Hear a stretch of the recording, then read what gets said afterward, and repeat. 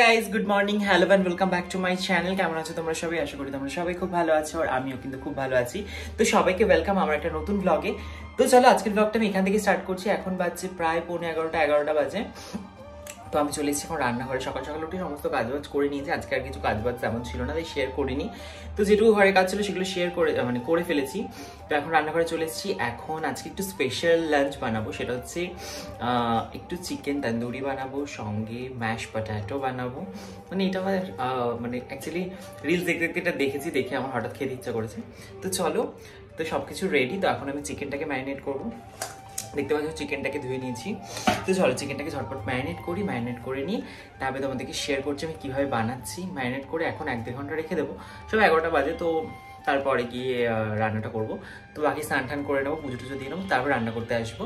তো চলো আগে ঝটপট করে চিকেনটা ম্যারিনেট করি, তোমাদেরকে শেয়ার করি কীভাবে ম্যারিনেট করছি আর কীভাবে তন্দুরিটা বানাচ্ছি বাড়িতেই, মাইক্রোওভেন ছাড়াই, প্যানের মধ্যে, সেটাই শেয়ার করবো। তো চলো দেখতে থাকো ব্লগটা। আজকে সারাদিন কী কী হচ্ছে আমি সব কিছু শেয়ার করবো। সবার প্রথমে আমি এখানে যেটা করছি, চিকেনগুলোকে একটুখানি কাট দিয়ে নিচ্ছি ছুরি দিয়ে। আমি এখানে প্রায় 750 মতো মাংস নিয়েছিলাম, আর চিকেনের পিসগুলো যেহেতু একটু বড় বড় ছিল, ওই জন্য আমি একটু কেটে কেটে দিচ্ছিলাম যাতে ভেতরে মশলাগুলো ঢোকে। তারপরে আমি এখানে 2 চামচ মতো টক দই অ্যাড করেছিলাম। 2 চামচ মতো টক দই অ্যাড করার পর এখানে আমি আদা রসুনের পেস্ট অ্যাড করেছিলাম। আমি কেনা আদা রসুনের পেস্ট অ্যাড করেছিলাম 2 চামচ মতো। তোমরা চাইলে কিন্তু এখানে আদা রসুনের পেস্ট কিন্তু তোমরা বেটেও অ্যাড করতে পারো। তারপরে এখানে আমি সমস্ত মশলাগুলো অ্যাড করেছিলাম, যেমন জিরের গুঁড়ো, লঙ্কার গুঁড়ো, একটুখানি হলুদ এবং স্বাদ মতো নুন। এগুলো আমি এর মধ্যে ভালো করে অ্যাড করে তারপর এটাকে খুব ভালো করে মিক্সড করব। প্রথমে আমি চামচ দিয়ে মিক্স করার চেষ্টা করছিলাম, কিন্তু সেটা হয়নি। তারপরে এখানে আমি অ্যাড করেছিলাম একটু চিকেন তন্দুরি মশলা, সেটা তোমরা অ্যাড করে দিও অবশ্যই। তারপরে চামচ দিয়ে মিক্সড করার ট্রাই করছিলাম, সেটা হয়নি। তারপরে আমি লাস্টে হাত দিয়ে খুব ভালো করে এটা মিক্সড করলাম। তো সমস্ত কাজবাজ করে স্নান করে আমি চলে এসেছি এখন রান্নাঘরে রান্না করতে। আর আমি ভুলে গেছিলাম আমি ভিডিও করছি, আর আমি রান্নাটা অলরেডি বসিয়ে দিয়েছি, দেখিয়ে দিই তোমাদেরকে, শেয়ার করছি। তো এক্ষুনি বসালাম। তো বসানোর পর মনে পড়ছে যে আমি তো ব্লগ করছিলাম, তো যাক মাথা থেকে বেরিয়ে গেছিলো কাজ করতে করতে। তোমার সাথে শেয়ার করি আমি কি করছি। তো ফার্স্টের দিকে দেখতে পাচ্ছ আমি আলু সেদ্ধ বসিয়েছি, ম্যাশ পটেটো বানাবো। আর এইদিকে আমি কড়াইতে একটুখানি বাটার দিয়ে যে চিকেনটা ম্যারিনেট করে রেখেছিলাম, সেই চিকেনটাকে এখন দিয়ে লো ফ্লেমে এটাকে খুব ভালো করে কুক করবো। আস্তে আস্তে এটাকে একটুখানি পোড়া পোড়া করবো, একটু তন্দুরি করবো, সঙ্গে ম্যাশ পটেটো থাকবে, একটুখানি ফুলকপি রোস্ট করবো। তো চলো কি কি করছি ঝটপট করে তোমার সাথে শেয়ার করি। আস্তে আস্তে আরো প্রসেসিং তোমার সাথে দেখাচ্ছি, দেখতে থাকো ব্লগটা। এবার আমি একটু একটু করে চিকেনগুলোকে উল্টে দেবো।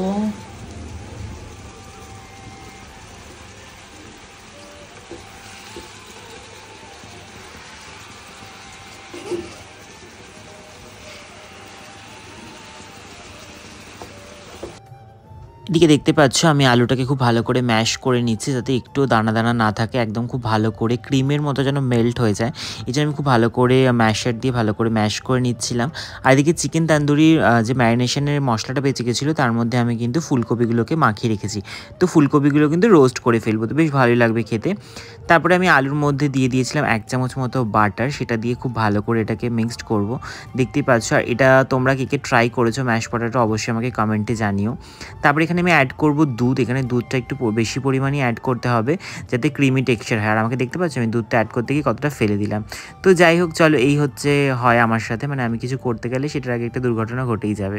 তো এখানে অল্প অল্প করে দুধ অ্যাড করবো এবং তারপরে খুব ভালো করে আলুটাকে দুধের সাথে মিক্সড করে দেবো। খুব ভালো একটা ক্রিমি টেক্সচার তৈরি করব, যেটা কিন্তু তন্দুরি দিয়ে খেতে খুব ভালো লাগে। তারপর আমি এখানে অ্যাড করেছিলাম গোলমরিচের গুঁড়ো, যেহেতু আমি ঝালটা খেতে একটু পছন্দ করি, তো এখানে তো লঙ্কা দেওয়া যাবে না, তাই জন্য আমি গোলমরিচের গুঁড়ো অ্যাড করেছিলাম এবং স্বাদ মতো নুন। এদিকে দেখতেই পাচ্ছ আমি চিকেনটাকেও খুব ভালো করে কুক করছি, একদিকটা হয়ে যাচ্ছে 5 মিনিট করে করে আমি সেটাকে আবার উল্টে দিচ্ছি।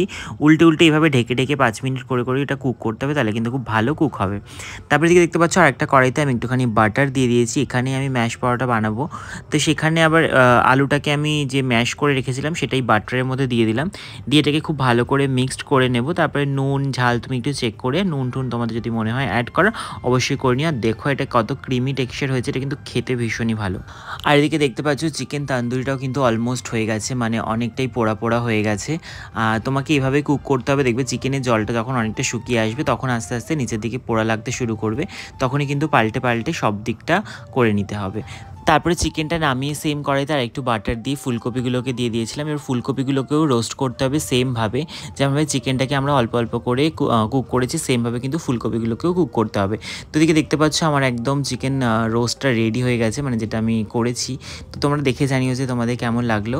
তো যাই হোক, এদিকে একটুখানি পুড়ে গেছিলো কারণ আমি ফ্লেমটা জোরে দিয়েছিলাম, মানে যেটা আমি ভুল করে ফেলি, অলওয়েজ ফ্লেমটা জোরে বাড়িয়ে দিই, তখনই পুড়ে যায় জিনিসটা।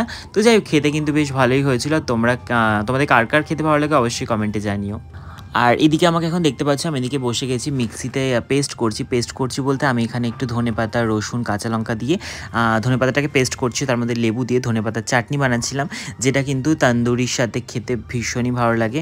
তো এদিকে দেখতে পাচ্ছ ফুলকপি আর চিকেন কিন্তু রেডি হয়ে গেছে আমার পুরোপুরি।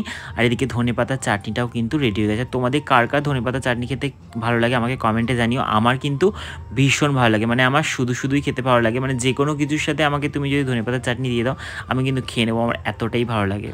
তো সমস্ত কিছু কমপ্লিট হয়ে যাওয়ার পর আমি এদিকে প্লেটে সার্ভ করে নিয়েছি। প্রথমে নিয়েছিলাম দুটো ফুলকপি, তারপরে নিয়েছিলাম চিকেন, এইভাবেই সমস্ত কিছু করে আমি কিন্তু দুটো প্লেট দিকে সাজিয়ে নিচ্ছি। আমরা দুজন ছিলাম, তাই জন্য দুটো প্লেটে আমি সার্ভ করে নিচ্ছি, তারপরে গিয়ে এটা খাবো। এবং আমার কিন্তু ভীষণ ভালো লেগেছে এটা খেয়ে। আর তোমরা যদি চাও অবশ্যই এটা ট্রাই করতে পারো। সবসময় মানে লাঞ্চে আমরা ভাত বা এগুলোই খেয়ে থাকি, তো একটু মাঝে মাঝে অন্য কিছু ট্রাই করতে ইচ্ছে হলে অবশ্যই এরকম কিছু ট্রাই করতে পারো। তা আমি এদিকে স্যালাড নিয়ে নিয়েছি, ম্যাশ পটাটো নিয়েছি, চিকেন, ফুলকপি, সঙ্গে একটু ধনেপাতার চাটনি। মানে সেদিনকে লাঞ্চটা কিন্তু বেশ ভালোই ছিল, মানে একটু ইউনিক, বাট খেতে কিন্তু ভীষণ টেস্ট ছিল। আর আমার কিন্তু এরকম লাঞ্চ ভীষণ ভালোই লাগে, মানে আমি ভাতটা খুব কমই খাই, মানে ভাতটাকে খুব অ্যাভয়েড করেই চলি। তো এরকম লাঞ্চ হলে কিন্তু একদম জমে যায়। তো তোমরা অবশ্যই একসময় ট্রাই করা। নিয়ে চলে এসেছি, এটা হচ্ছে আমার লাঞ্চ, তন্দুরি চাটনি, ম্যাশ পটাটো, তন্দুরি ফুলকপি, পেঁয়াজ, হাতে লেগে আছে, খাচ্ছিলাম। আর এদিকে দেখতে পাচ্ছ আমি খাওয়া স্টার্ট করে দিয়েছি। ফার্স্টে একটু চিকেনের বাইট, যেটা হচ্ছে চাটনিতে ডিপ করে, তারপরে একটু কাঁচা লঙ্কায় কামড় দিয়ে, তারপরে একটু পেঁয়াজে কামড় দিয়ে খেতে যে যা অসম ছিল তোমাদেরকে আমি জাস্ট এক্সপ্লেন করতে পারবো না। তোমাদের কার কার এরকম তান্দুরির সাথে কাঁচা লঙ্কা পেঁয়াজ খেতে ভালো লাগে অবশ্যই আমাকে কমেন্ট করে জানিও।